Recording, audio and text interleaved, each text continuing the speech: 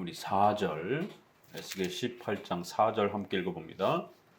모든 영혼이 다 내게 속한지라 아베의 영혼이 내게 속함같이 아들의 영혼도 속하였나니 범죄하는 그 영혼이 죽으리라. 아멘. 우리 웨스민스터 신앙고백 14장 15장입니다. 우리 회개 부분 같이 읽어보도록 합니다. 15장 우리 장로교에서는 우리 개혁파 장로교는 이 회개를 어떻게 설명하는가 1항을 같이 읽어봅니다. 생명에 이르는 회개는 복음적인 은혜이니 그리스도를 믿는 신앙의 교리와 마찬가지로 모든 복음의 목사들은 이 교리를 전파해야 한다. 이게 끝문장을 보게 되면 반드시 회개의 가르침을 전해야 된다라는 거예요. 그러니까 이거를 거꾸로 읽어보세요.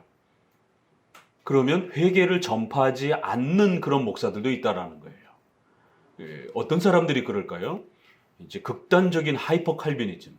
그래서 예정을 하나님의 주권을 너무 지나치게 강조함으로 인해서 신앙, 회개, 성화, 또 유형교회의 은혜의 수단 이런 부분들을 마치 불필요한 것처럼 오늘날 어떻게 보면 구원파도 약간 그러한 또 극단적인 이러한 은혜를 강조하는 방식에 있어서 또 그러한 또 일부의 또 비슷한 한 그 신학적 흐름을 보게 됩니다. 이렇게 극단적인 이러한 은혜론과 극단적인 예정론을 강조하면서 구원의 이러한 수단들을 등한시하는, 그래서 회개를 굳이 뭐 필요 있느냐, 예정론을 가르치면 전도에 대해서 이렇게 등한시하는 것처럼 또 역시 회개와 신앙에 대한 책임에 대해서 어차피 예정된 자들은 하나님의 주권 속에서 다 하나님이 알아서 구원하는 거지 뭐 인간이 굳이 그런 부분에 대해서 이렇게 책임을 져야 되느냐.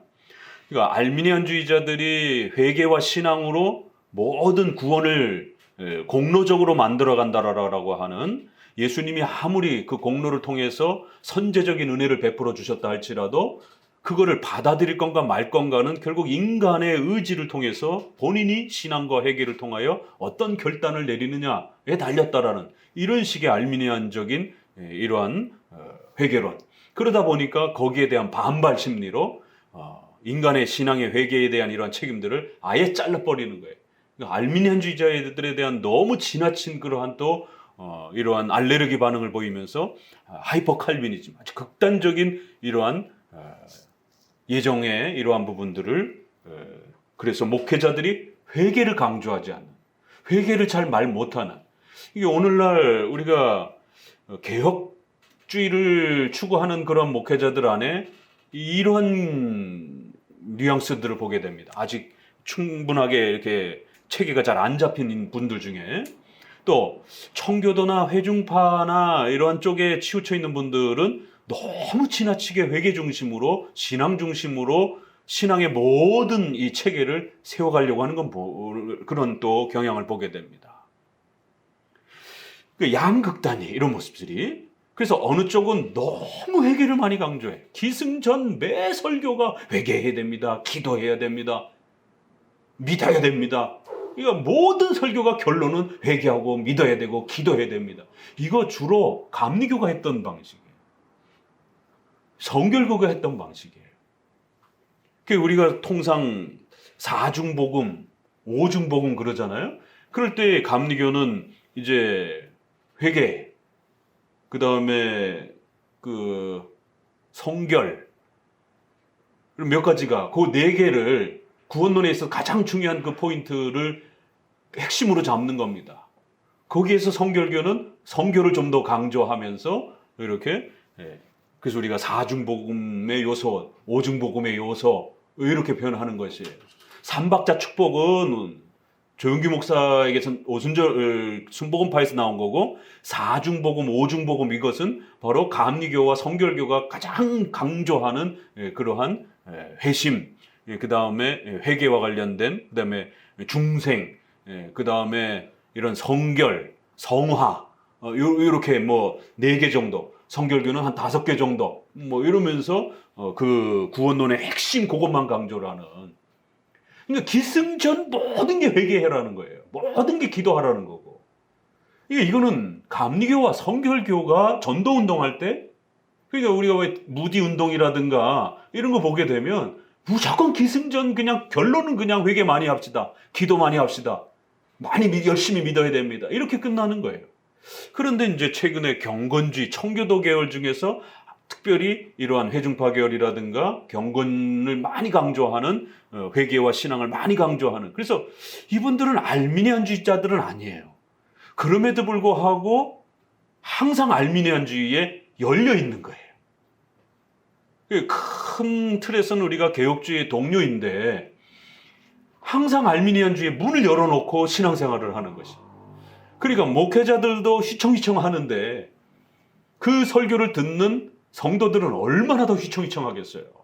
그래서 이러한 청교도식의 이러한 극단적인 또 회중파식의 이러한 그 회개와 신앙을 강조하는 이러한 그 구원의 이런 패턴은 성도들 안에 항상 순식간에 알미니안주의로 이렇게 치우치는 그러한 많은 경향성들을 보게 됩니다.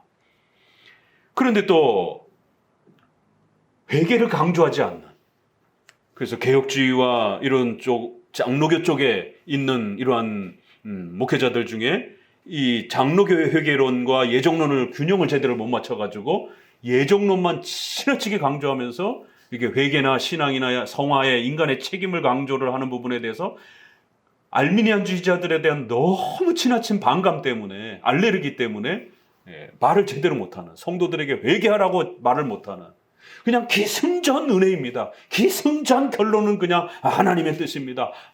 은혜입니다. 어떤 책임을 져야 될 어떤 사회적 책임, 또 신앙의 어떤 책임, 유형교회적인 어떤 이런 책임을 져야 될 그런 내용에 있어서도 그냥 하나님의 은혜입니다. 하나님의 뜻입니다. 이런 지나친 이런 숙명론적인 그러한 구원론을 펼치는 이런 위험성이, 양극단이 있습니다. 항상. 그러니까 개혁주의권 내에 있는 분들이에요. 제가 여기서 말할 때는 조심해야 되는 거는, 그렇다고 해서 이분들이 아주 이렇게 비개혁주의권 내를 말하는 건 아닙니다. 적어도 우리 개혁주의권 내에서 약간 우로 치우치고 약간 좌로 치우쳐져 있는 이런 그룹들이 있다라는 겁니다.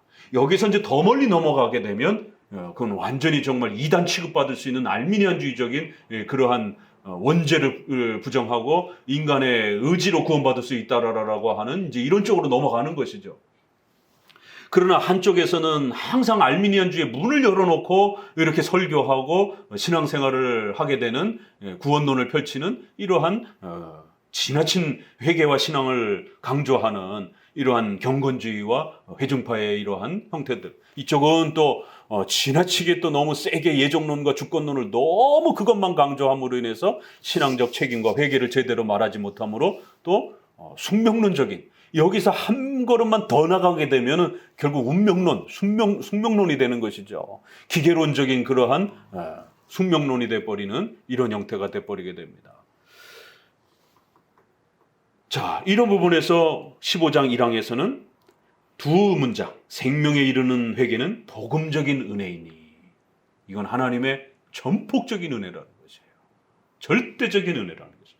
회개는 분명히 인간이 해야 되는 게 맞습니다. 인간의 책임이에요. 그런데도 그 회개의 본질적 성격은 하나님이 은혜로 주시는 것이다라는 거예요.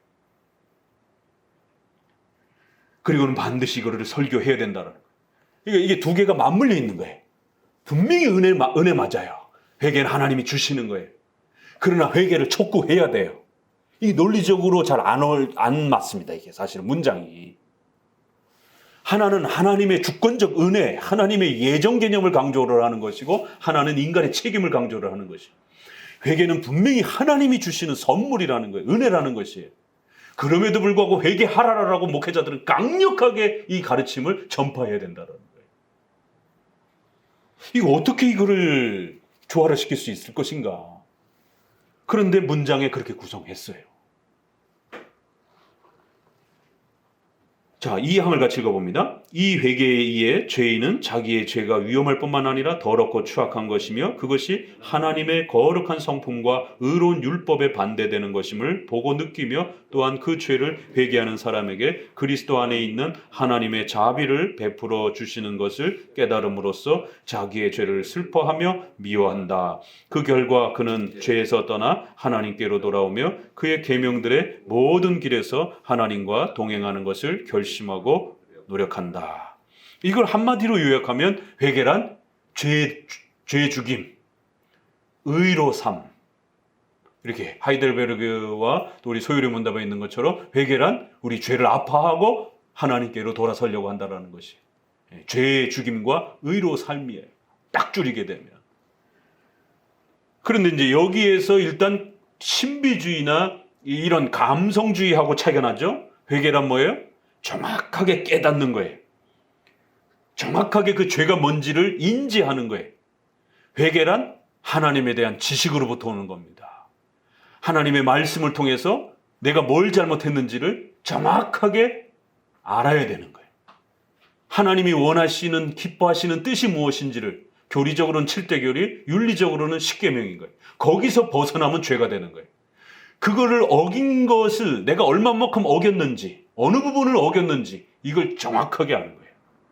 그래서 불신자에서 신자로 넘어올 때는 그 불신앙이 죄라는 것을 깨닫는 게 회개인 거고, 우리 신자들이 성화 속에서 회개하는 것은 십계명과 관련해서 실수한 부분들을 분명하게 인지하고 하나님의 지식을 분석하고 파악하면서 아, 내가 이걸 잘못했구나. 아, 이번에 내가 이거 잘못 결정한 거구나. 깨닫는 거예요. 인식하는 거예요. 그래서 회개를 소개하면서 막 엉엉 울고 막 소리 지르고 떼굴떼굴 굴고 가슴을 쥐어찢고 이런 외적인 걸로 회개의 본질을 이야기하면 안 돼요. 현상에서는 좀 더 감성적인 사람들은 뭐 그런 형태가 나타날 수 있어요. 회개의 외적인 모습들은 아주 굉장히 다양하게 나타나기 때문에 어떤 사람은 아주 조용히, 또 어떤 사람은 아주 속으로 가슴의 고통을 느끼면서 속으로 아파하는 사람들도 있고, 또 어떤 사람은 막 외적으로 막 눈물을 흘리면서 강한 그런 어떤 형태로 나타나기도 하고. 그러나 중요한 것은 하나님의 말씀을 바르게 깨닫고 내가 뭘 잘못했는지를 정확하게 이해하고 깨달음으로 그것에 대해서 슬퍼하고 그 잘못한 것에 대해서 미워하고, 그래서 그 죄로부터 떠나려고 노력하고 애쓰는 것, 이게 회개라는 것이. 그래서 그의 계명들의 모든 길에서 10계명의 이러한 하나님의 뜻을 사랑하고 그걸 쫓아가려고 애를 쓰는 것, 이러한 과정이 회개라는 것이에요. 회개란 절대로 감성적인 것만, 이렇게 외적인 그런 감성적인 그런 표출을 말하는 게 아니라는 겁니다. 회개란 또 어떤 그런 신비 체험적인 어떤 이런 부분만 또 이렇게 말하는 게 아니에요. 또 회개란 단지 죄책감에 대한, 양심의 이러한 죄책감에 대한 이런 것도 아니라는 겁니다. 그거는 우리가 일반인에게도 도덕적 양심이 있기 때문에 그들도 일정한 부분에서 양심의 가책을 느낍니다. 하나님의 일반은총적인 그런 사역 속에서 양심의 가책을 느끼는 것이에요. 도덕적인 죄책감도 아니에요. 회개란 하나님의 말씀을 깨닫고 그 말씀을 내가 얼마큼 어겼는지를 정확하게 깨닫고 이해하고 거기에 대해서 탄식하고 아파하고 돌아서려고 하는 그 과정을 회개라고 말하는 겁니다. 아닌 것과 웨스민스터가 주로 강조하는 율법에 반대되는 것임을, 그래서 자기의 죄가 얼마나 위험하고 더럽고 추악하고 힘든 것인지를 율법의 그 말씀, 하나님의 계명의 이 말씀들을 정확하게 인지함으로 깨닫는 것이, 거기로부터 출발이 되는 겁니다. 자, 3항을 읽어봅니다. 비록 회개가 죄에 대한 어떤 만족이나 혹은 죄의 용서의 어떤 원인이 될 수 없고, 그것은 모든 죄인에게는 필수적이기 때문에 누구든지 회개하지 않고는 죄의 용서를 기대할 수 없다. 자, 여러분, 읽으면서 우리 개혁주의권 내에서 한쪽은 회개를 필수적으로 말하지 않는 그런 하이퍼 칼비니즘적인 성향이 있는 분들이 있어요. 최근에 아주 좀 율법주의적 경향을 보이는 그러한 하이퍼 칼비니즘의 이런 분들도 있고, 또 그 회개가 필수적인 건 맞아요. 회개는 분명히 강조해 줘야 됩니다. 회개는 필수적입니다. 그런데 그 필수의 개념을 오해해서 마치 회개와 신앙이 우리 신앙의 모든 신학의 체계인 것처럼, 근본 틀인 것처럼, 우리 신앙의 모든 힘인 것처럼, 결국 그 회개와 신앙이 우리의 신앙의 공로인 것처럼, 원인인 것처럼 이렇게 강조하면 안 됩니다. 이 선을, 울타리를 상중하에서 이 울타리를 넘어가면 이제 알미니안주의자나 로마 카톨릭이나 반펠라스주의가 됩니다. 그런데 오늘날 우리 성도들에게 있어서 또 힘든 건 뭐냐면, 이제 반펠라기우스나 이런 알미니안주의자들이라든가 신비주의자들이 회개를 너무 막 감성적으로 막 이렇게 도덕적인 어떤 죄책감으로 기복주의적인 어떤 이런 부분으로 막 몰아가는 건, 이제 그런 건 좀 캐치를 해요. 아, 이런 건 좀 잘못됐다라는 걸. 그런데 개혁주의 안에 들어와서 이 하이퍼 칼비니즘, 또 한쪽에서는 청교도적인 회중파적인 이런 회개를 또 아주 세게 강조하는 이러한 또 우리의 동료들이긴 한데 양극단으로 치우쳐서 균형을 잃어버린 이러한 개혁주의의 목회자들과 신학자들의 글들이 한국교회 안에도 굉장히 많이 쏟아져 나오고 있습니다. 그러다 보니까 이 중간에 있는, 이 중간이라고 하는 것은 어정쩡한 중간 개념이 아니라 요게 주류 개혁파 장로교도들이 주로 그 신학 500년 역사를 끌고 왔던 그 역사를 말하는 겁니다. 유럽에도 칼빈, 베자 이렇게 넘어가는 거예요. 쯔빙글리, 불링거 이렇게 넘어가는 겁니다. 이분들을 회중파라고 말할 수 없는 것이에요. 그러니까 그 시절에는 회중파는 없었어요. 그 시절에는 제세례파가 있었습니다. 순혈주의를 강조하고 분리주의를 강조하는, 독립을 강조하는, 온전한 자유를 강조하는, 이거 나중에 회중파가 강조했던 내용하고 똑같습니다. 그래서 회중파를 독립파라고 그러는 거고 분리주의자라고 그러는 것이에요. 그런데 16세기 당시에는 이런 경향을 누가 보였느냐면 제세례파가 보였단 말이에요. 그래서 일치를 못 이루고 개혁주의권 내에 울타리 안에 머물러 있지 않고 개혁주의권 내 안에서 이렇게 균형을 이루려고 하는 이런 것들을 아주 수준 떨어진다라고 그러고 이렇게 국가의 위정자들하고 협조하면서 개혁을 이렇게 중도적으로 온건하게 개혁하려고 하는 것을 굉장히 못마땅하게 하고, 그래서 결국 순혈주의적인 아주 순수한 그러한 성도들끼리만 유형교회를 이렇게 구성하려고 하는 이런 시도들, 그래서 극단적 개혁 자들이다 이렇게 표현을 하기도 합니다. 세례론에서는 제세례파라고 그러지만 신학 원리에 있어서는 루터나 칼빈은 중도적 개혁주의자라고 이렇게 표현한다면 이 사람들은 극단적 그러한 개혁을 주장한 사람들. 지금 당장을 개혁, 아주 완벽하게 순수하게, 이러니까 이게 나중에 완전주의로 성화론에서는 또 넘어가기도 하고요. 자, 16세기에서는 이렇게 일반적인 그런 개혁의 이러한 그 큰 울타리를 함께 공유하지 못하고 그것조차도 만족하지 못해서 분리주의적 성향을 보이면서 결국 자기들끼리만의 어떤 더 센 회개와 성교를 강조하면서 이런 분파들이 제세례파였습니다. 그래서 장로교 신학자 중에 몇몇 분들은 회중파는 제세례파의 그런 신학적 원리에서 왔다라라고 결국 그러한 신학적 경향에 있다라고까지 비판을 합니다.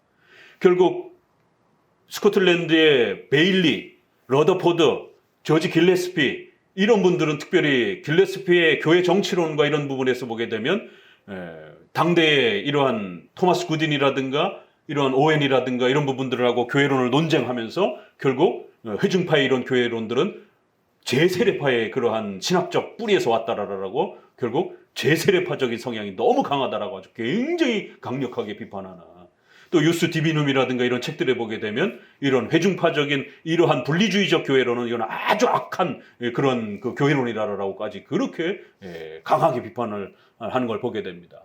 그러니까 유럽의 칼빈, 베자, 튜레틴 이런 분들은 회중파가 아니에요. 분리주의, 독립적 그런 개념을 말하는 그런 분들이 아닙니다. 그러면 교회론만 다르냐? 이거는 신학을 모르는 소리입니다. 7개 교리는 유기적으로 다 맞물려 있기 때문에 그 교회론은 어디서 나와요? 성경론에서 나오는 겁니다. 성경론을 기초로 해서 신론의 바탕으로 하여 교회론이 나오는 거예요. 교회론이 틀어지게 되면 신론이 틀어지는 겁니다. 그래서 로이드 존스의 성령론은 문제가 심각하다라는 거예요. 교회론만 문제가 아닙니다. 그분의 성령 세례는 순복음의 성령론하고 똑같다라는 거죠. 성령 세례론도 마찬가지고.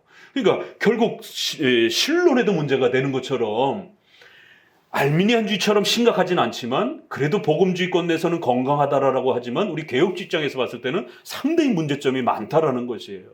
그러니까 그런 것처럼 회중파의 이러한 그 회계론과 이런 부분들도 개혁주의권 내에서는 알미니안주의 책을 읽는 것보다는 그래도 존 오웬의 책을 읽는 것을 우리는 추천하는 겁니다. 존 오웬은 아주 훌륭한 그런 신학자예요. 그럼에도 불구하고 잘못된 부분은 우리가 분명히 잘못됐다라고 언급해야 된다라는 거죠. 그런 부분을 계승하지 못하도록. 왜냐하면 그게 나중에 더 커지고 더 커지면서 결국 심각한 교회 분열과 분쟁에 또 교회의 구원론에 엄청난 이러한 또 해를 끼치는 그러한 또 열매들을 낳기 때문에 문제점이 있는 건 문제점이 있다라고 얘기를 해주는 것이에요. 자, 그럴 때에 낙스, 멜빌 이런 분들을 어떻게 회중파라고 말합니까? 스코틀랜드의 언약도들을 네덜란드로 넘어가서 도로트 총회에 속해 있던 분들이 이분들이 회중파입니까? 아니죠. 전부 다 장로파라라고, 그래서 유럽에는 개혁파라라고 말을 하는 거고 스코틀랜드 영주 쪽에서는 좀 더 교회 정치가 논쟁이 심했기 때문에 그러한 교회 정치를 싫어하는 회중파와 그들을 구별하기 위해서 감독파들과 구별하기 위해서 그 감독파와 회중파들은 교회론만 문제가 되는 게 아니라 교회론이 가장 문제가 됐던 겁니다. 다른 교리들도 유기적으로 연결이 되기 때문에 문제가 있었던 것이. 그래서 유럽에서는 루터파와 개혁파가 다른 것이. 루터파와 개혁파를 같은 신학학파로 말하지 않습니다.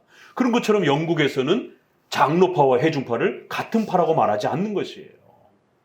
그러니까 17세기 넘어와서는 그러한 분리주의적이고 독립적이고 온전한 자유와 또 순혈적인 그러한 유형교회를 유지하려고 했던 이러한 경향이 결국 존 브라운에게 의해서 일어났고 또 메이플라워를 타고 미국으로 넘어가는 뉴잉글랜드에 정착하는 이러한 회중파들에 의해서 일어났고 결국 그러한 경향들이 에임스라든가 존 오웬이라든가 코케우스를 넘어서 브라클이라든가 이렇게 그리고는 조나단 에드워드로 넘어가는 것이에요. 이 신학적인 항상 흐름의 경향이. 결국 우리는 큰 흐름에서는 루터파도 프로테스탄트라고 하는 큰 이렇게 동료이지만 그 안에 건강하고 더와 덜 웨스민스터의 25장의 교회론에서 더 훌륭한 교회가 있고 덜한 교회가 있다는 것처럼 이단은 아니지만 수준이 좀 떨어지는 교회가 분명히 있다라는 거예요. 그런 신앙관이 있다라는 겁니다. 그런 것처럼 이렇게 회중파의 회계론, 또 그 다음에 장로파의 회계론, 또 그 다음에 아주 하이퍼 칼비니즘과 같은 이러한 또 분들의 회계론. 분명히 큰 울타리에서 개혁주의를 표방하는 하나의 그 동료들이지만 어느 신앙적 체계가 구원론이 더 훌륭하냐라고 했을 때는 장로교회의 구원론이 훨씬 더 훌륭하고 안정적이고 성경적인 이러한 그 토대를 잘 반영하고 있다는 겁니다. 자, 사망에 보세요. 필수적이라는 말, 그 다음에 어떤 원인이 이렇게 될 수는 없고, 이 두 말. 여기에 어디 회개를 준비한다 이런 말이 어디 있습니까? 지금 조엘 비키가 은혜로 말미암는 그 준비라고 하는 이러한 이게 회개론이에요. 그러니까 조엘 비키는 미국에서 가장 유명한 청교도의 대가입니다. 청교도의 대표주자고. 거기에 리차드 멀러는 좀 다른 분이에요. 그러니까 리차드 멀러는 주로 개혁주의를 그래도 보수적으로 표방하는 분입니다. 그분은 청교도하고 색깔이 달라요. 그런데 이제 우리나라에는 주로 조엘 비키가 많이 와서 강의를 하고 책이 번역이 되고 이러다 보니까 한국의 개혁주의를 하는 많은 분들이 조엘 비키를 마치 개혁주의의 어떤 수장처럼 이렇게 인식을 하게 되고 그분이 소개한 수많은 이런 회계론이라든가 이런 것들이 마치 가장 대표적인 어떤 개혁주의의 구원론의 어떤 틀인 것처럼. 그러나 리차드 멀러의 이러한 그 회계론만 읽어봐도 다릅니다. 조엘 비키하고. 그러니까 이러한 그 미국에서 회중파를 대표하는 분과 그래도 개혁주의와 보수주의를 대표하는 이런 분의 차이가 있는 것처럼 이 조엘 비키의 회개로 은혜로 말미암는 이러한 그 회개라고 하는 그걸 준비라고 하는 이러한 표현으로 해서 우리에게 소개되었을 때 많은 청교도와 이런 우리 개혁주의를 좋아하는 분들이 마치 조엘 비키의 이러한 그 회개론이 가장 건강한 이러한 회개론인 것처럼 이제 이러한 그냥 막 스펀지처럼 빨아들여 버리는, 이러다 보니까 웨스민스터의 이 회개론이 안 먹히는 거예요. 들어가질 않는 거예요. 이미 벌써 다른 회개론이 자리 잡고 있기 때문에. 그러니까 많은 분들이 사보이 선언을 한 회중파도 웨스민스터에서 교회론만 다르고 나머지는 다 똑같지 않습니까? 이건 회중파 분들이 주로 하는 소리입니다. 이건 신조의 역사를 잘 모르셔서 그런 소리를 하시는 거예요. 우리는 이 웨스민스터를 고백하면 여기다 선서를 해야 됩니다. 이것대로 가르쳐야 돼요. 그런데 회중파는 사보이 선언을 했어요. 그래서 교회론은 아주 많이 다르고 나머지는 상당히 비슷합니다. 문자적으로도 그렇고. 근데 문제는 그걸 내가 교회에서 가르칠지 안 가르칠지는 내가 결정하는 거예요. 왜? 그들은 독립하기 때문에. 적어도 이 정도로 그냥 서로 합의해서 결정문으로 그냥 놓은 겁니다. 그 결정문을 선서할 의무도 없고 그걸 지켜야 될 의무도 없고 그걸 따라야 될 의무도 없는 거예요. 그러니까 교회 현장에서는 전혀 다른 것들이 가르쳐지는 겁니다. 그러니까 이 신조 개념을 이해를 못하는 겁니다. 명실상부하게 교회론만 조금 다르지 나머지는 뭐 다르지 않지 않느냐. 근데 왜 자꾸 다르다라고 얘기를 하느냐. 그런 식으로 접근하게 되면 WCC의 니케아 신조를 고백한다라고 하면서 성명서 발표한 것과 우리 복음주의권 내에서의 사도 신조를 고백하는 복음의 고백하고 다른 게 하나도 없습니다. 그렇다고 우리가 WCC를 우리와 같다라고 말할 수는 없잖아요. 니케아 신조를 고백합니다. 공적으로. 그러나 그거를 어떻게 받아들이고 해석하고 적용할지는 각 교파에 맡긴다. 이렇게 문장을 토를 달아놓은 거예요. 그러니까 회중파는 그 고백을 합의해서 고백해놨지만 각자 자기 교회에서 자기가 원하는 대로 얼마든지 가르칠 수 있는 것이. 그래서 회개론의 설교와 이런 부분들이 들여다보게 되면 많이 서로 차이가 있는 겁니다. 그건 형식적인 합의문 정도예요. 그러나 우리 장로는 이거 그대로 가르쳐야 돼요. 그러니까 저들은 회중파의 신앙 고백은 고백했다고 해서 그것이 회중파의 대표적인 어떤 하나의 그냥 외적 고백일 뿐이지 그것이 그들의 의무적인 신앙 고백의 그들의 신학은 아닙니다. 이걸 많은 분들이 이 신조의 개념을 이해를 못하다 보니까 형식적으로 똑같은데 뭐가 문제냐. 그 정도 똑같고 만약에 회중파가 그렇게 고백한 대로 선서하고 서약하고 교회 현장에서 그대로 지킨다 그러면 90% 갖고 10% 정도밖에 차이가 안 나는 겁니다. 그럼 우리가 얼마든지 같이 갈 수 있어요. 아니 개혁파 장로교인들끼리도 차이가 나는 부분이 목회자들끼리 신학자들끼리도 차이가 많이 나는데 90% 정도 같으면 굉장히 많이 같은 겁니다. 그런데 왜 회중파와 장로파는 교단을 분리해서 가냔 말이에요. 함께 가지 못하는 이유가 있는 겁니다.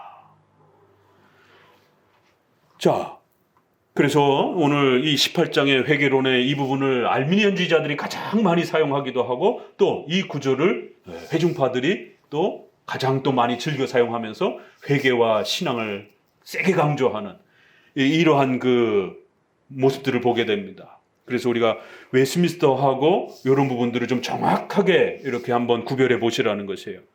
그래서 원인이라는 표현을 쓰고 있고 필요성이라는 단어는 쓰고 있는데 은혜로 말미암는 준비를 해야 된다 이런 말은 없어요.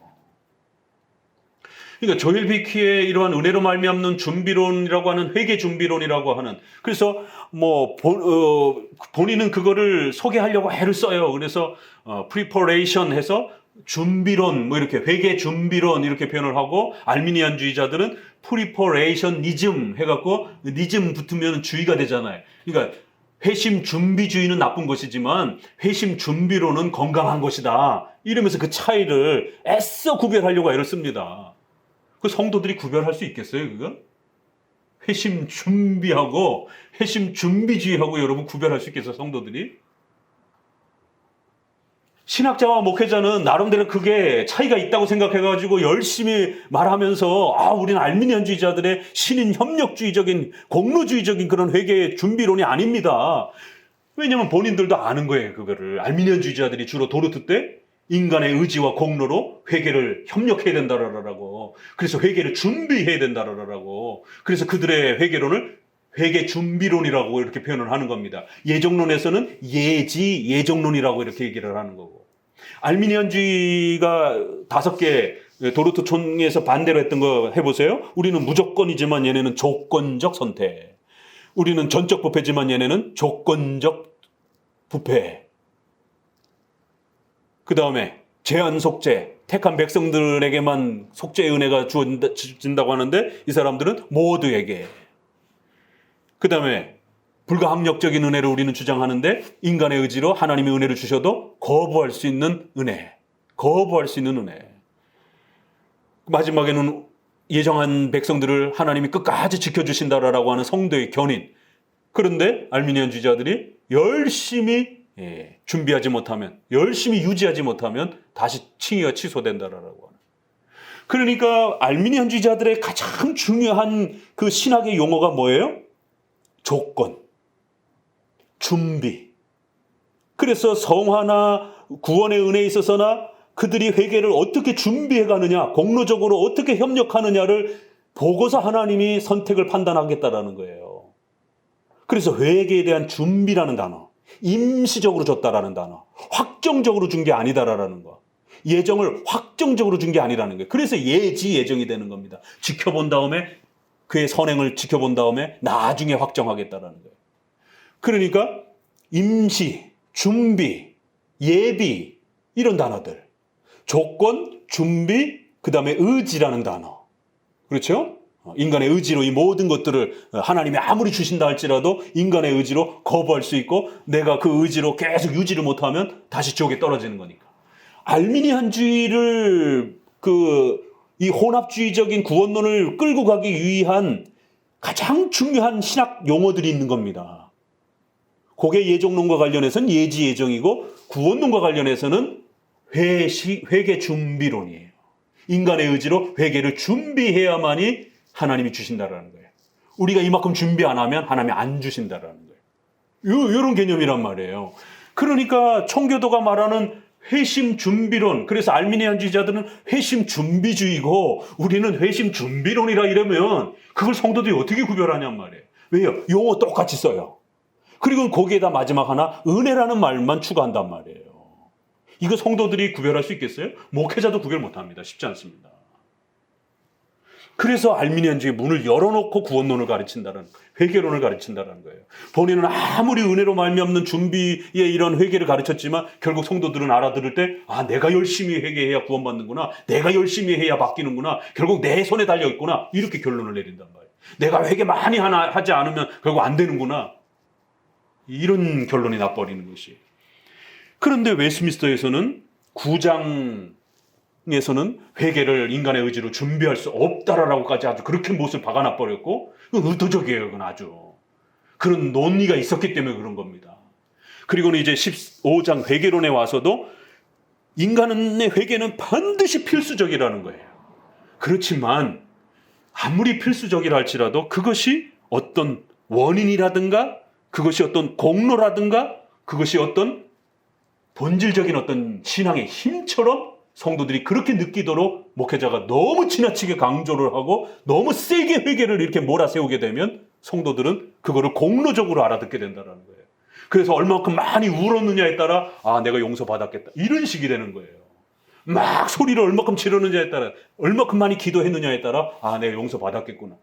내가 뭘 잘못했는지에 대해서는 십계명을 통해서 정확하게 하나님에 대한 지식은 몰라요. 그런데 많이 죄책감을 느끼고 회개하고 많이 소리치고 울었어요. 그러면 이제 용서됐겠구나, 이렇게 생각하는 거예요.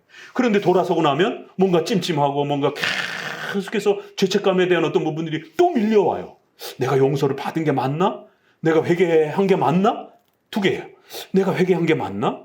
내가 진짜로 회개한 것일까? 자기 마음을 확인을 못하는 거예요. 자기 스스로도.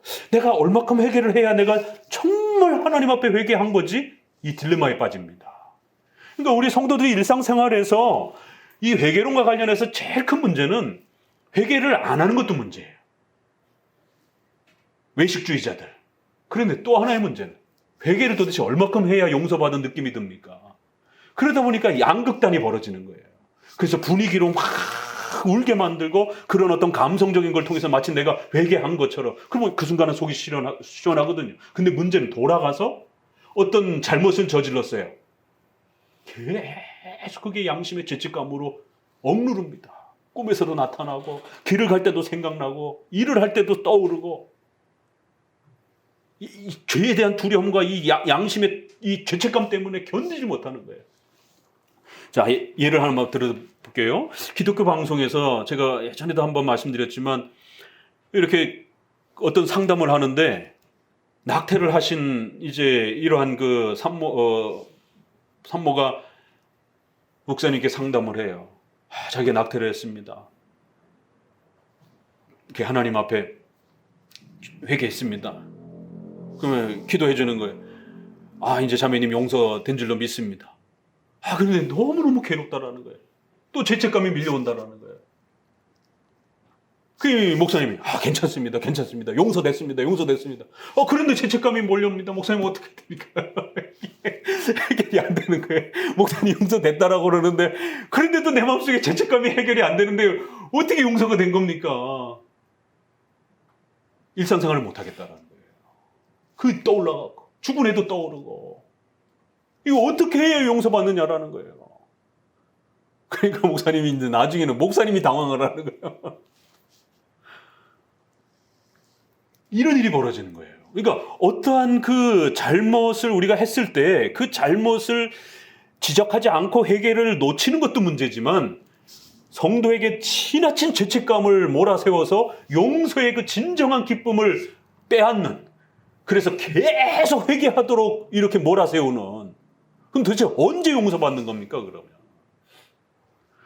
끝도 없이 회개를 해야 되는 이러한, 그래서 늘 죄책감에 이렇게 시달리고 그러한 그 공포 속에 이렇게 늘 이렇게 있는, 그러면 문제는 얼마큼 회개를 해야 이게 회개가 된 건가? 하나님이 날 용서해 주셨다라는 것을 어떻게 확인하는가? 무슨 뭐 직통계시로 오는 게 아니잖아요. 하나님 음성으로 내가 너를 용서했다 이렇게 들려오는 것도 아니고. 그러니까 여기서 신비주의자들은 어떻게 해요? 한 걸음 훅 넘어가는 거예요. 외적인 어떤 무슨 방언이라든가 무슨 금리빨이라든가 뭐 이런 걸로 가는 겁니다. 그러나 이제 회중파나 경고주의는 거기까지는 안 가고 시간, 열정, 에너지 이런 걸로 위안을 삼는 거예요. 많이 내가 회개 기도한 거, 많이 울은 거, 많이 내가 죄에 대해서 아파한 거. 그러면 10번 아파한 사람보다 100번 더 아파한 사람이 더 이제. 그런데 문제는 100번 아파하고 났는데도 또 죄책감이 드는 거예요. 루터가 그 계단을 오르락 내리락 하면서 그 죄책감이 없어지질 않아서 온몸이 까지도록 그렇게 고행을 통해서 회개의 용서를 받으려고 그렇게 애를 썼습니다. 근데 여전히 죄책감이 밀려드는 거예요. 그런데 어느 날 로마서를 읽으면서 오직 믿음으로 구원받고 믿음으로 회개하고 용서를 받는 것이다라고 이 말씀을 깨닫고 완벽한 죄의 용서의 자유함을 누렸다라고 말하는 거예요. 그러니까 이러한 소중한 믿음, 신앙에 대한 이 원리를 제대로 정립을 못하다 보니까 믿음으로 구원받고 믿음으로 회개를 해놓고도 여전히 죄책감 속에 시달리면서 그거를 하나의 경건을 하나의 공로적인 고행으로 이렇게 삼아가는 거예요. 그래서 금식도 많이 하고 늘 이러한 회개의 이러한 그 분위기 속에 살아야 되고, 이러다 보니까 자연적으로 회개를 세게 강조하게 되고, 그러니까 자연적으로 일반 은총이 축소가 되고 결국 경건주의에 속한 사람들은 늘 이렇게 일반 은총의 이러한 문화라든가 이런 부분들도 제대로 즐기지도 못하고 가족들하고 무슨 산책이라든가 이렇게 여행이라든가 이런 즐거움이라는 개념 자체에 대해서 굉장히 이렇게 알레르기 반응을 보이는 겁니다. 그래서 이 차이를 아셔야 된다는 거예요. 이게 무슨 신학자들끼리 그냥 단순한 논쟁거리의 문제가 아니라는 겁니다. 성도들에게 진정한 그 회개를 가르쳐주고 진정한 용서의 기쁨을 줄 수 있는 것이 장로교의 신학의 이 체계라는 겁니다. 구원론이고 회개론이라는 것이에요. 보세요. 분명히 죄의 어떤 용서의 원인이라는 단어를 씁니다. 이거 알미니안주의자들이 제일 많이 원인이라는 말도 또 많이 씁니다. 원인이 다른 말로 준비와 같이 쓰는 단어들이에요. 그런데 하고 많은 말 중에 왜 하필이면 회개와 관련된 이 부분에서 준비라는 단어를 쓰냔 말이에요.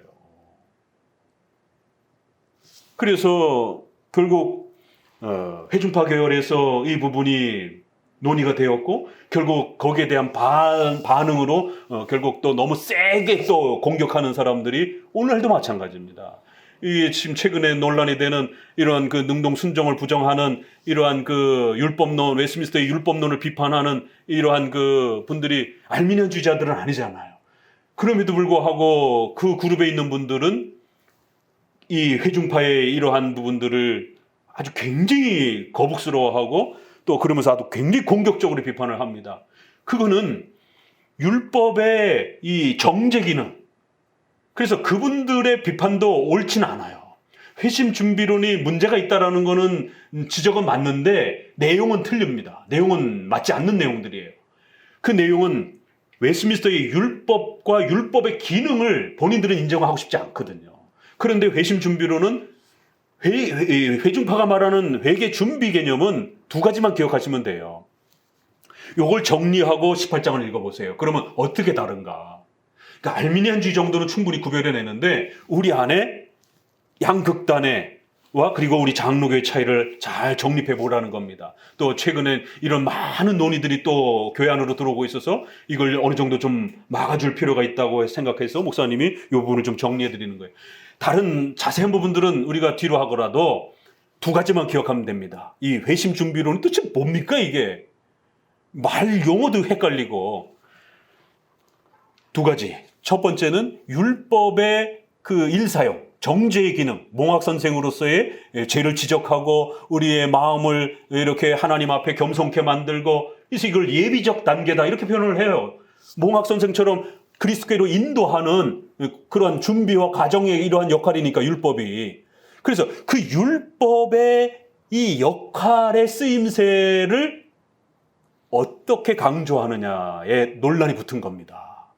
그래서 이 율법의 정제 기능을 회개의 기능으로 적극적으로 강조하는 것이 회심 준비론이에요. 논리가.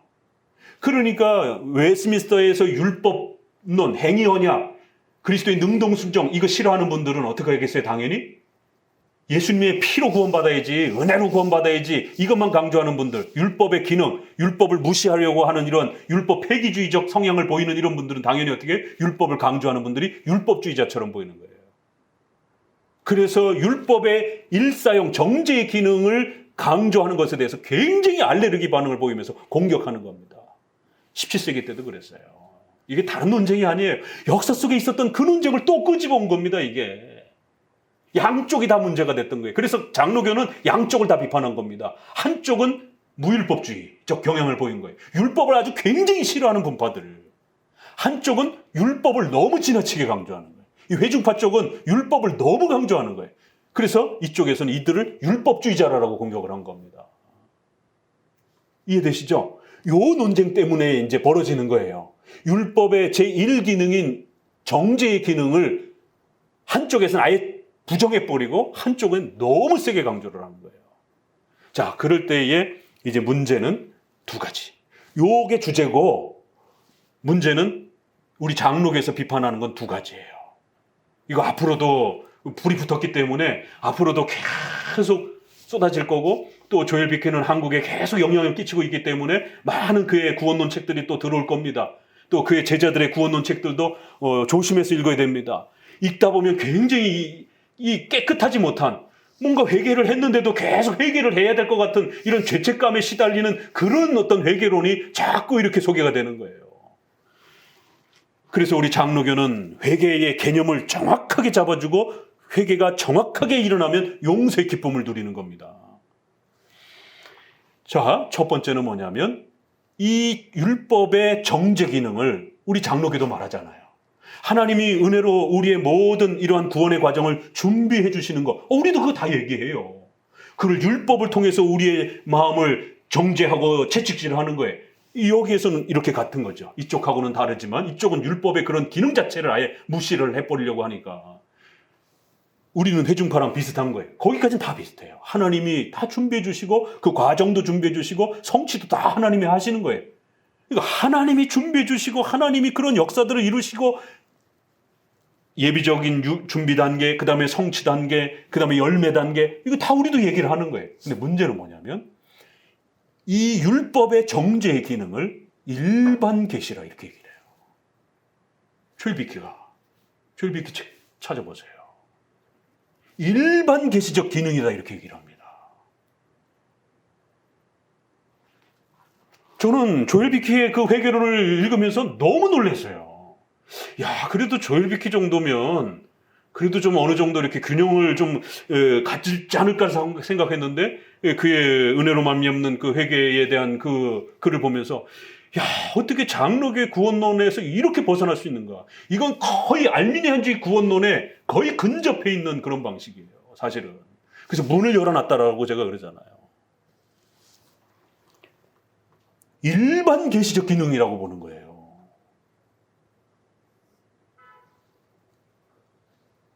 그러면 어떤 일이 벌어지겠어요?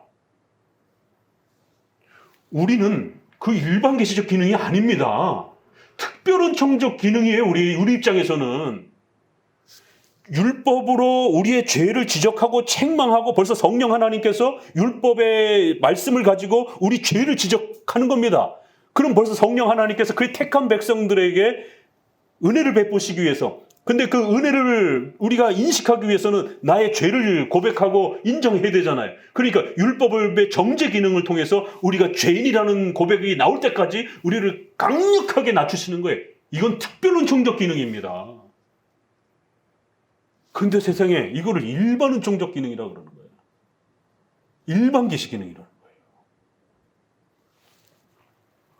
그래서 우리는 율법의 정죄를 하고 그래서 낮추고 깨닫고 그래서 하나님이 그러한 회개의 이러한 그 과정으로 그가 나올 수 있도록 회개의 그러한 전 단계로서 충분히 인정하는 거예요. 그러나 그거는 특별 은총적인 구원으로 이끌기 위한, 그래서 그리스도로 우리가 나아가도록, 그리스도께로 피해가도록, 그리스도의 도움을 요청하도록, 이게 같이 맞물려 있는 겁니다. 이게 서로 특별 은총을 주기 위한 성령의 내적 사역이라는 것이죠. 이걸 그냥 일반 은총, 불신자들 누구나 다 이렇게 경험하는, 그게 일반 은총이잖아요. 일반 계시잖아요. 그러면은 죄를 아파하고 하나님께로 나아가려고 애쓰고 성경 읽기를 준비하고 교회 나갈 준비들을 하고 이런 모든 부분에 대해서 준비하라는 거예요. 이런 모든 게 다 회개의 준비 과정이라는 거예요. 아, 좋다 이거예요. 근데 그게 일반 계시적인 그러한 성격이라는 겁니다. 그렇게 되면 누가 구원을 받는 거야 도대체? 불신자들 안 나오잖아요, 교회. 회개 안 하잖아요. 기껏 준비 단계에 했다가 회개 안 한단 말이에요. 그럼 어떤 일이 벌어지겠어요? 그 사람 책임이지. 그 사람의 어떤 의지의 결정의 문제지. 알미니안주의로 돌아간단 말이에요. 이게.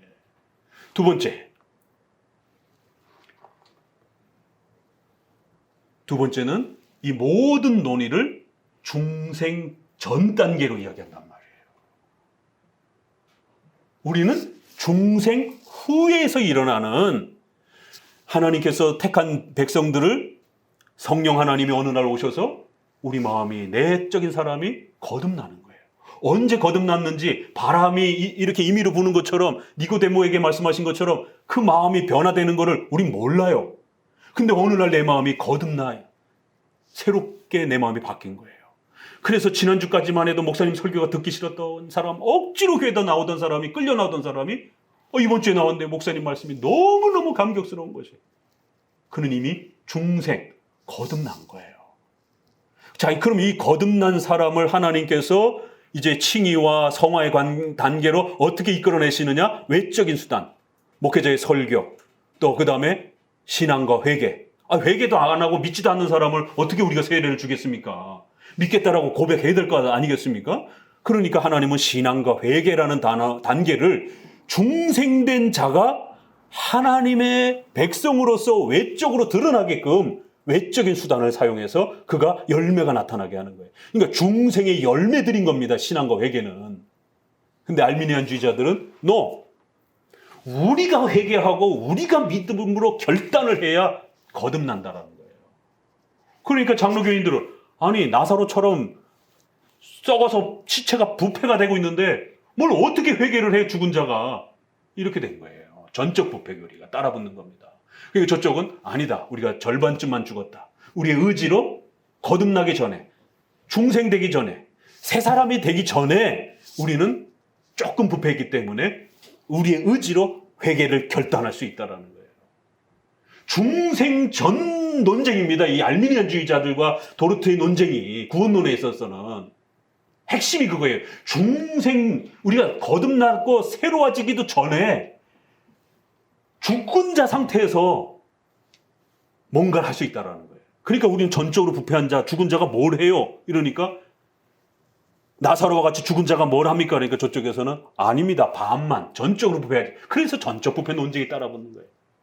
그러니까 우리는 나사로를 하나님이 예수님이 살려줬기 때문에 그가 나사로야 나오너라 그 음성을 들을 수 있고 나오는 거라고 말하는 거예요. 이미 살았기 때문에 듣는 겁니다. 죽은 상태에서는 못 듣는 거예요.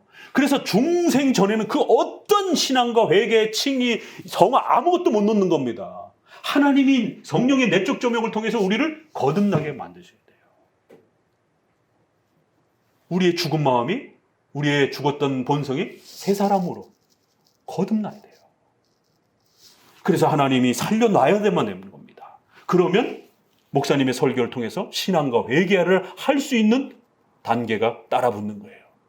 이거는 어떤 사람은 조금 이렇게 순서가 있는 것처럼 보이기도 하고 어떤 사람은 동시적으로 이렇게 나타나기도 하고 이건 시간의 문제가 아닙니다. 이건 외적으로 나타날 때는 굉장히 그 정도와 차이는 굉장히 다양하게 나타나니까 어떤 사람은 한 1년 내내 교회를 다녔는데도 회개를 하는 건지 안 하는 건지 서서히 변화가 나타나요. 근데 어떤 사람은 억지로 교회를 끌려 나왔는데 그날 첫 설교에 나 예수님 믿겠습니다. 나 죄인입니다. 이런 사람도 있을 수 있는 거고요. 그러니까 그 모든 것은 중생 다음이라는 거예요. 중생의 열매들이라는 거예요. 그래서 우리 장로교는 모든 구원의 논의는 반드시 중생 다음에 이야기를 하는 거예요. 근데 이 회개 준비로는 이 율법의 기능은 언제 일어나느냐? 중생 전에 일어난다는 거예요. 여기에 심각함이 있는 겁니다. 이 두 가지만 기억하시면 돼요. 이걸 일반 율법의 이러한 기능을 일반 계시의 은혜라고 불신자들 모두에게 주는 일반적인 그런 은총으로 취급한다라는 거. 그리고 이거를 중생 전에 인간이 뭔가를 준비하는 예비 단계로 이야기한다는 거. 그럼 결론에 어떤 일이 벌어지겠어요? CCC에서 의자에 앉는 그 동그라미 3개 구원론처럼 우리는 신자와 불신자로 나눠요.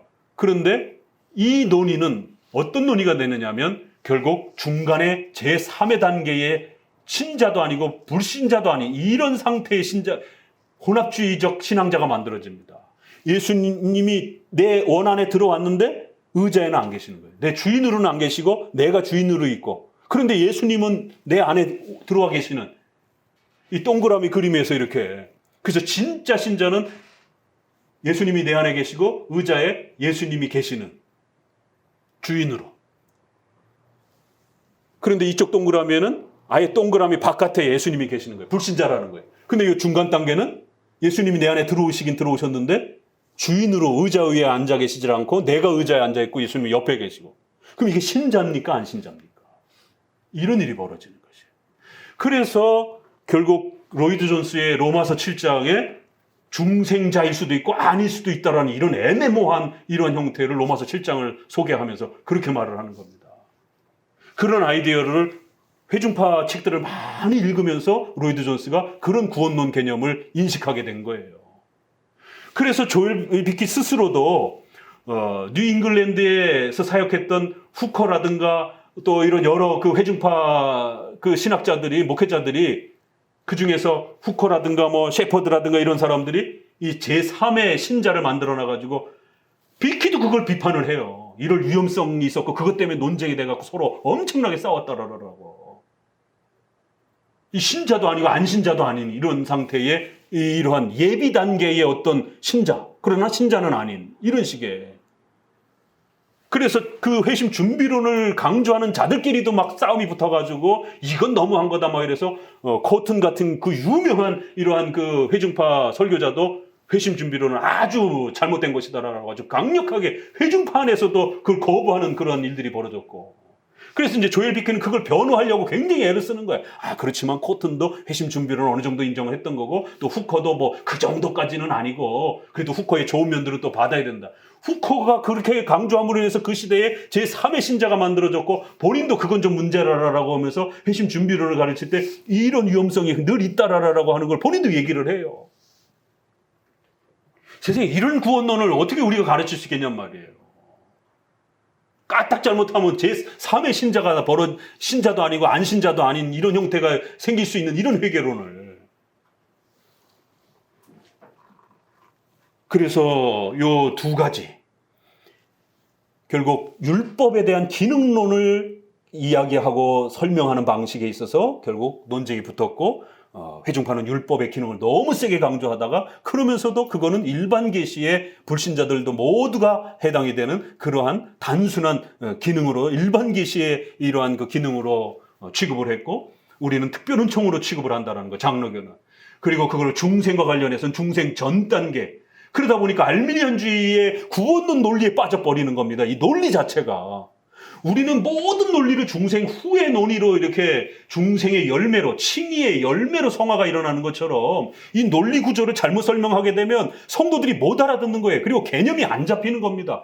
그래서 항상 칭의의 열매가 성하고 성화의 원인과 근거가 칭이다라는 이 개념을 잡아준 겁니다. 그런 것처럼 중생이 모든 것의 근거가 되는 거고, 그 열매로 신앙과 회개가 따라오는 거예요. 그런데 알미니안주의자들은 중생을 뒤에다 놓고 우리가 어떻게 결단하고 회개하고 내가 얼마만큼 세게 회개를 했느냐에 따라 중생이 따라온다라는 거예요. 결국 논의점이 서로 우리하고 다르다라는 거예요. 어느 쪽하고 가까워요? 회중파는 알미니안주의 논리하고 중생 전에 뭔가를 논의를 하는 겁니다. 저쪽도 그렇고 회중파도 그렇고. 이 두 가지만 기억하시면 돼요. 그러면 정확하게 뭐가 잘못된지를 걸러내고, 그들이 해석하는 회개론하고 성경 해석 부분에 있어서도 벌써 로마서도 차이가 있는 것처럼 이 에스겔의 차이도 분명히 구별해낼 수 있습니다. 자, 그러니까 제3의 신자가 만들어지게 되고, 또 패다는 성도들의 죄책감, 회개가 됐는지 안 됐는지 계속 시달리게 되는 연속 중생론, 연속적인 이 회심론 형태가 나타나는 거예요. 회개가 끝나질 않는 거예요. 왜요? 계속 회개로 준비를 해야 되다 보니까. 도대체 그 준비를 어느 때까지 해야 되느냐라는 거예요. 율법의 그 정죄와 그 지적하고 책망하는 그 기능이 도대체 언제까지 이르러야, 그러니까 이제 본인들도 뒤에 부분에 가장 강렬하게 하나님을 의지하고 가장 강렬하게 하나님 앞에 의탁하고 뭐 이제 이런 표현을 쓰는 거예요. 그건 말장난이지. 그걸 개인이 어떻게 판단합니까? 개인이 판단하는 것도 힘들고 당회도 판단하기 힘들어요. 그거. 어디 보자. 이거 좀 덜 회개하신 것 같아요. 이런 일이 벌어지는 거예요. 자기 스스로도 이거 내가 회개한 거 맞나? 뭔가 강렬하게 하나님을 의탁하고 의지해야 되고 강렬하게 외적인 어떤 뭔가에 있어야 되고, 본인들도 그 차이를 회개가 된 건지 안 된 건지를 얘기해 줘야 되다 보니까, 그러니까 아주 순결한 이런 성도들, 아주 완전한 이러한 단계의 어떤 성도들, 성화 단계, 믿음 단계를 이야기하게 되는 거예요. 결국 결론, 이 논리의 방향이. 왜냐하면 그런 어떤 외적인 어떤 열매들을 통해서 그나마 진짜 참신자가 됐다라고 하는 자기 위안을 그래도 가질 수 있는, 그 밑에 있는 사람들은 그 가짜다라는 거예요. 그래서 메가더도 이런 형태들을 끌어다가 어정쩡한 이런 사람들 다 가짜라고 쳐버립니다. 이 제3의 이런 형태의 이런 부분들을. 우린 장로교는 그렇게 매몰차지 않습니다. 그러니까 장로교의 구원론이 어때요? 뜨뜻미지근한 것처럼 보이는 거예요. 너무 느슨해 보이는 거예요. 회중파나 경건주의 쪽에서 보게 되면. 장로교는 너무 회개를 세게 강조하지 않는 것처럼 보이는 겁니다. 결국 성도들의 연속적 회개론, 연속적 중생론. 그러니까 내가 중생이 된 건지 안 된 건지, 내가 거듭난 자인지 안 된 자인지. 그러니까 청교도 세게 하시는 분들 교회 가면은 신자가 아니라고 막 그렇게 대놓고 막 그렇게 선을 그어버리고 성찬에도 못 참여하게 하는 이런 일들이 벌어지는 거예요. 근데 웃긴 거는 목회자는 그럼 자기가 회개가 완벽하고 자기는 구원받았다는 걸 어떻게 확신해요, 그러면? 그것도 웃긴 거죠. 목사도 검사받아야 돼요. 그럼 그 목사도 검사받아야 돼요. 누구한테 검사받을 겁니까, 그러면? 거기는 노회 조직과 이런 교단 조직을 인정하지 않는데, 독립적 자유를 주장하는데 아무도 구원받지 못하는 걸 확인할 수가 없는 이 딜레마에 빠지는 것입니다. 이래서 두 가지 패단, 신자인지 안 신자인지 이런 애매한 이러한 그 구원론이 형성이 되고, 또 중생과 회개 부분에서는 계속 연속되어지는 이런 형태처럼 어떤 원리상으로는 우리가 죽을 때까지 회개를 해야 되죠. 회개의 성질 면에서는 그래요. 그러나 개별 죄와 관련해서는 회개하면 진홍같이 붉은 죄를 할지라도 회개하면 이사야 1장에 있는 것처럼 그렇게 양털같이 희게 될 것이다라고, 완벽하게 용서될 것이다라고 이렇게 이야기한단 말이에요, 성경은. 우리 개별적인 죄와 관련해서는 회개를 안 하면 몰라도 회개를 그걸 인지하고, 하나님 나 이번에 내가 7계명과 관련해서 8계명과 관련해서 하나님 내가 이거 잘못했습니다. 하나님 나 용서해 주세요.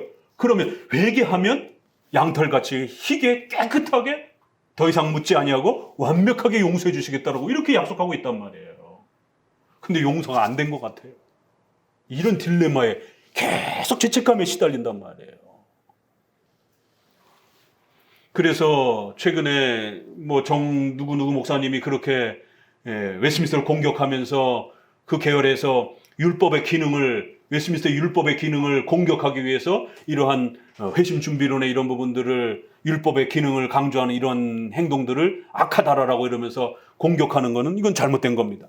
회심 준비론이 문제가 있다라는 거는 맞는 말인데, 방향은 맞는데 내용은 틀린 잘못된 주장으로 그걸 반박을 하고 있는 거고, 또 회중파들은 알미니안주의에서 끌어온 그런 많은 용어들과 구원론의 이런 표현들을 가지고 회개론을 자기들은 열심히 알미니안주의자들하고는 다른 회심 준비론이라고 말하면서 웨스트민스터 그 어디에 또 회심 준비라는 말 자체도 없고 그런 용어도 쓰지도 않고, 또 더더구나 웨스트민스터 9장엔 더더구나 그 시대에 그런 논의들이 있었기 때문에 회개를 준비할 수 없다라고까지 그렇게 아주 강하게 이 말을 잘못 쓰게 되면 회개를 안 해도 되는 거예요. 이런 위험성이 있음에도 불구하고 그 문장을 쓴 거란 말이에요. 회개를 준비할 수 없다라고, 본질 면에서.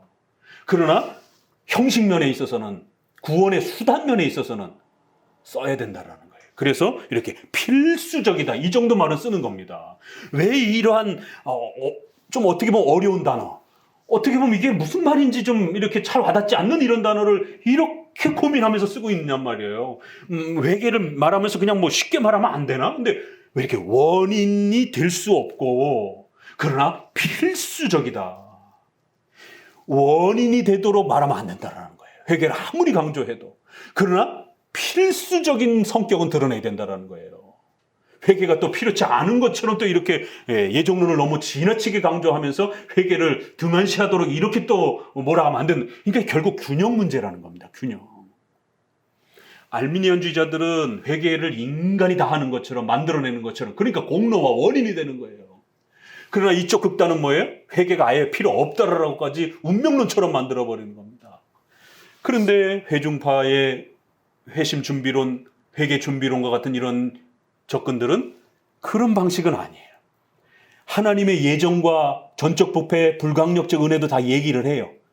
그런데 회개와 신앙을 너무 세게 강조하고, 또 논리상에 이걸 일반 은총의 수단이라고 얘기를 하고, 중생 전에 논의되어지는 어떤 이런 논리 구조의 부실함 때문에, 또 그 다음에 회개와 신앙을 너무 필수 개념을 넘어서서 너무 세게 강조하다 보니까 본인들의 의도는 그게 아니었지만 결국 공로와 원인처럼 느껴지도록 너무 비중을 세게 강조를 한 거예요. 그러다 보니까 균형이 무너지면서 결국 본의 아니게 회개가 우리의 신앙의 근원이요 공로요, 원인인 것처럼 이렇게 자리 잡아버리게 되는 겁니다.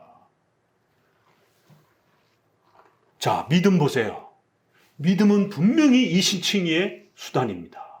예수님을 믿으면 구원받는 거예요. 그러면 믿으면 그러면 조건이죠.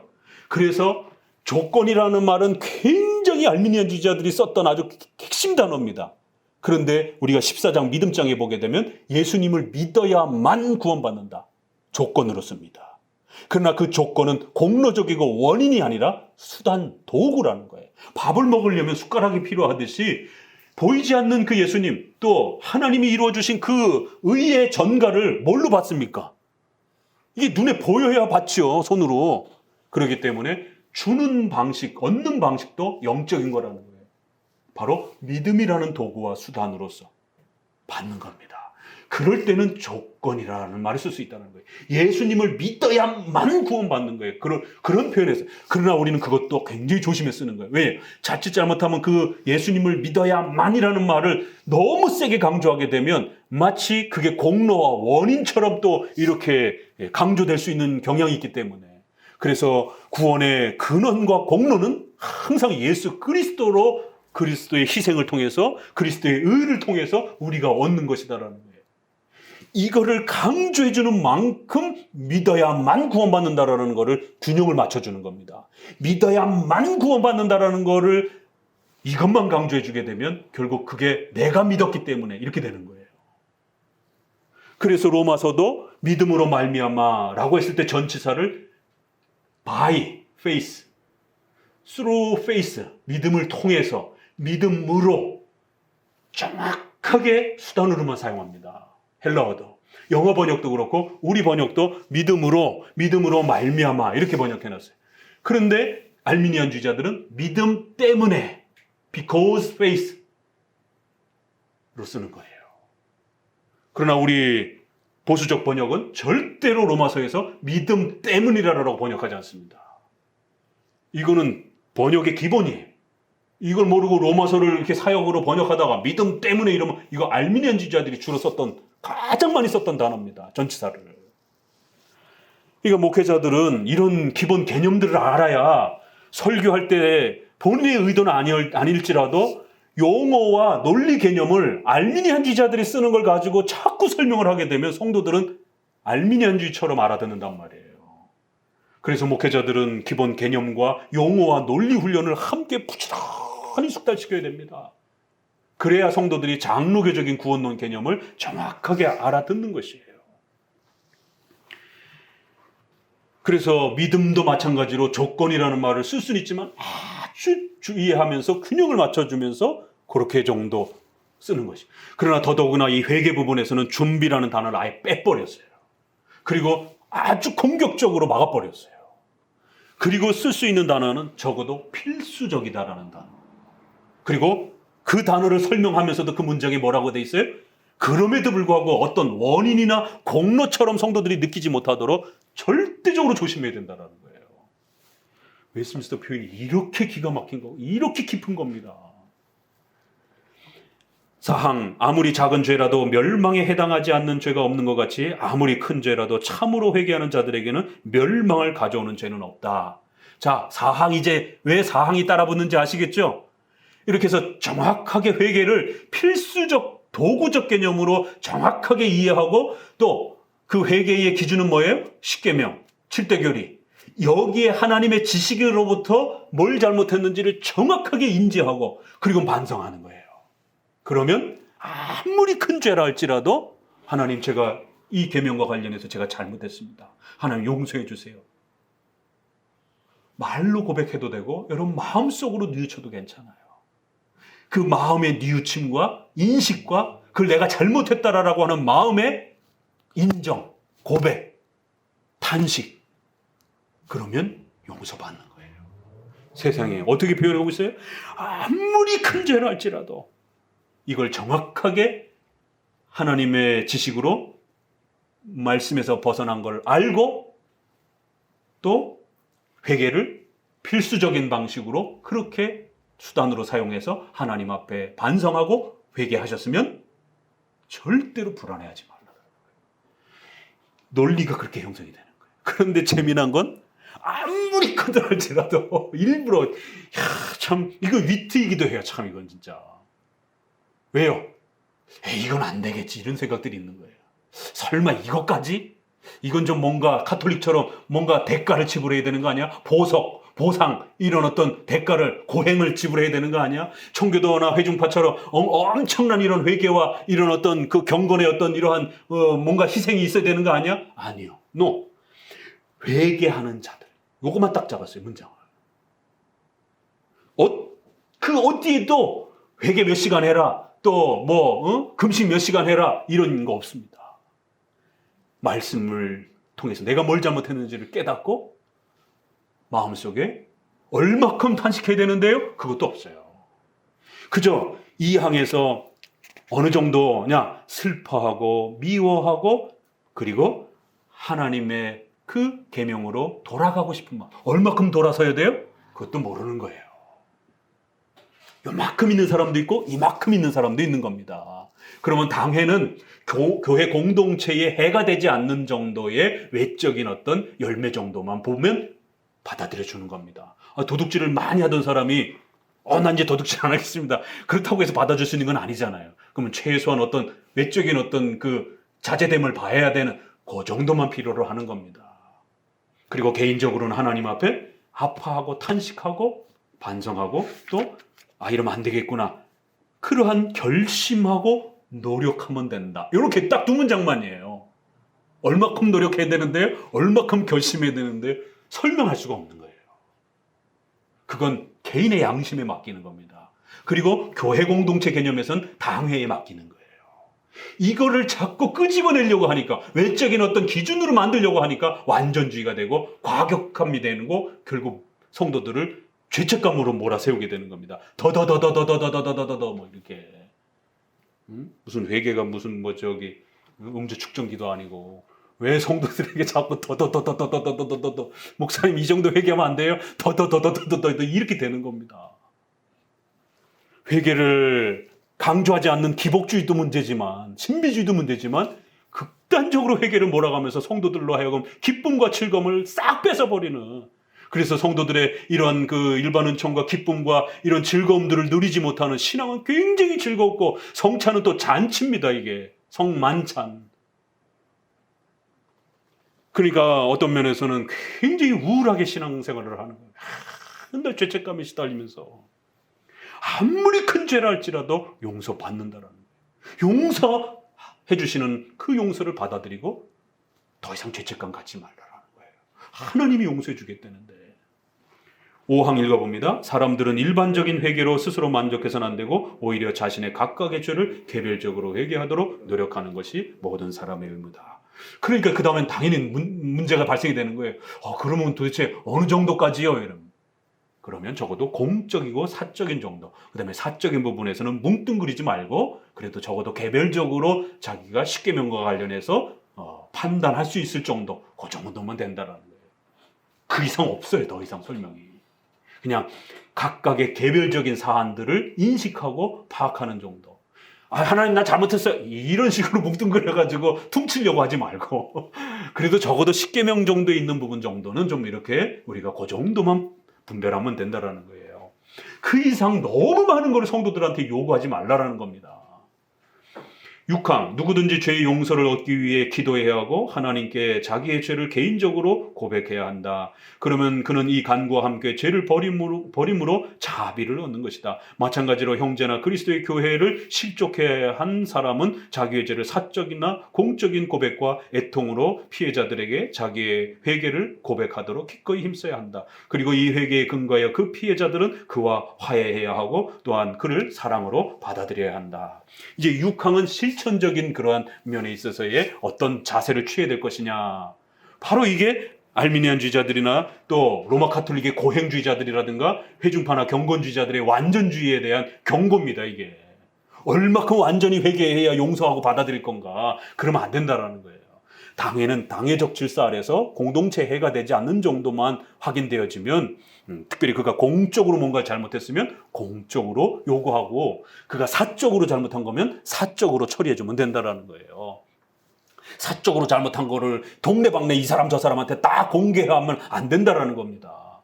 또 공적으로 범죄한 죄를 갖다가 당해가 그냥 몰래 이렇게 또 처리해도 안 되고, 왜 그 성도들이 다 알고 있는 건데, 또 우리 공동체에 피해를 준 건데, 그러니까 요 정도는 구별하라는 거예요. 공적 사적인 성격 요 정도만 해결해 주면 된다라는 겁니다. 그러면 그가 하나님 앞에 회개하고 또 공동체 안에 들어올 때조차도 얼마든지 끌어안고 용서된 자로서 받아주라는 겁니다. 여기에 이제 권직론이, 장로교의 권직론이 나오는 거예요. 이게 회중파의 권직론하고 이제 다른 겁니다. 그래서 우리 장로교는 권직, 출교론이 있어도 또 그가 회개하고 용서하면 얼마든지 이렇게 받아주는 겁니다. 너무 엄격하게 몰아세우지 않는 것이 그 기준을, 권직론 부분에서 또 성찬론 부분에서도 역시 마찬가지고. 그러니까 이런 부분들 오늘은 좀 웨스트민스터 부분을, 우리 기준을 좀 명확하게 여러분 아시라고. 왜냐면 이제 이게 이 36장 한번 보세요. 18장도 그렇지만 36장 31절을 보세요.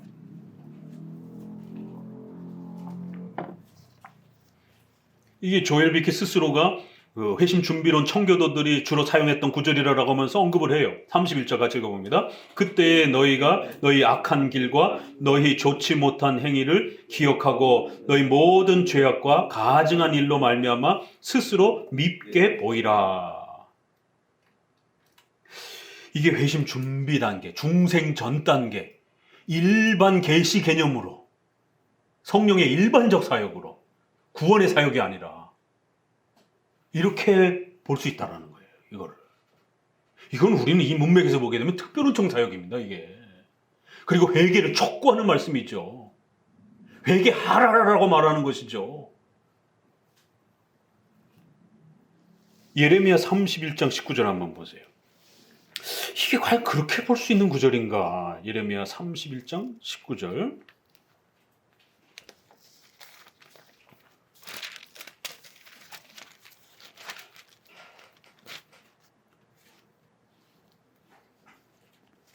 (31장 19절) 내가 돌이킨 후에 뉘우쳤고 내가 교훈을 받은 후에 내가 볼기를 쳤사오니 이는 어렸을 짐으로.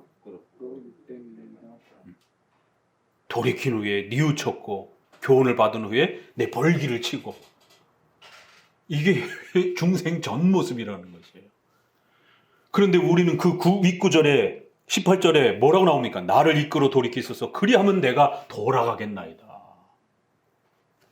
문장의 앞뒤가 회개의 본질에 있어서, 성격에 있어서는 하나님이 주시는 거예요. 그럼에도 19절에서는 우리의 외적인 또 책임과 성격을 복합적으로 이렇게 균형을 갖고 얘기를 하는 겁니다. 그러면 이거 윗구절은 어떻게 설명할 겁니까? 이게 이제 이 18장 부분과 에스겔에는 계속해서 이런 회개의 책임론을 강조하기 때문에 이런 부분들을 어떤 관점에서 읽어내느냐에 따라서 결국 이 18장의 이후로 나오는 이런 수많은 회개론들을 장로교적 관점에서 읽어낼 것인가, 아니면 알미니안주의적 관점에서 읽어낼 것인가, 그것도 우리가 주의해야 되지만 최근에 이렇게 개혁주의를 한다라고 하는 분들이 청교도적 관점에서, 또 로이드 존스적인 그런 관점에서, 또 조엘 비키적인 관점에서 회개 준비 개념의 이러한 형태로 이런 부분들을 소개하는, 그렇게 되면 자연적으로 결국 성령의 주권적인 그런 회개케 하심에 대한 이런 부분들이 약화되는 겁니다. 결국 그 회개의 준비 단계를 통해서, 율법을 통해서도 하나님이 그렇게 하시니까 결국 그거를 우리가 받아서 중생 전에 열심히 책임감 있게 하라는 거예요. 결국 그들의 강조는 하나님이 이렇게 예비적 단계로 율법을 가지고 우리를 정죄시키니까, 준비시켜 주니까 그 준비시키는 동안에 우리도 열심히 회개의 반석을, 우리 스스로를 믿게 보이고 우리 스스로를 치고 그러면서 열심히 반성하면서, 이거는요 죄죽임과 의로 삶에서 거의 중생 이후의 회개에 거의 다 들어온 상태입니다. 우리 해석으로는. 그래서 로마서 7장의 해석의 접근이 다르다라는 거예요. 다만 이제 존 오웬이라든가 이런 분들은 로마서 7장의 그 바울을 회개한 신자로 보기도 해요. 그러니까 준비를 얘기하고 한다고 해서 7장을 전부 다 불신자로 보는 건 아니에요. 어느 분은 또 신자로 보기도 하고 이러면서도 또 대부분은 또 불신자로 로마서 7장을 많이 보는 거고. 그러나 전체적인 그러한 그 개념에서 이렇게 회개 준비 개념을 이렇게 끌고 간다라는 것이죠.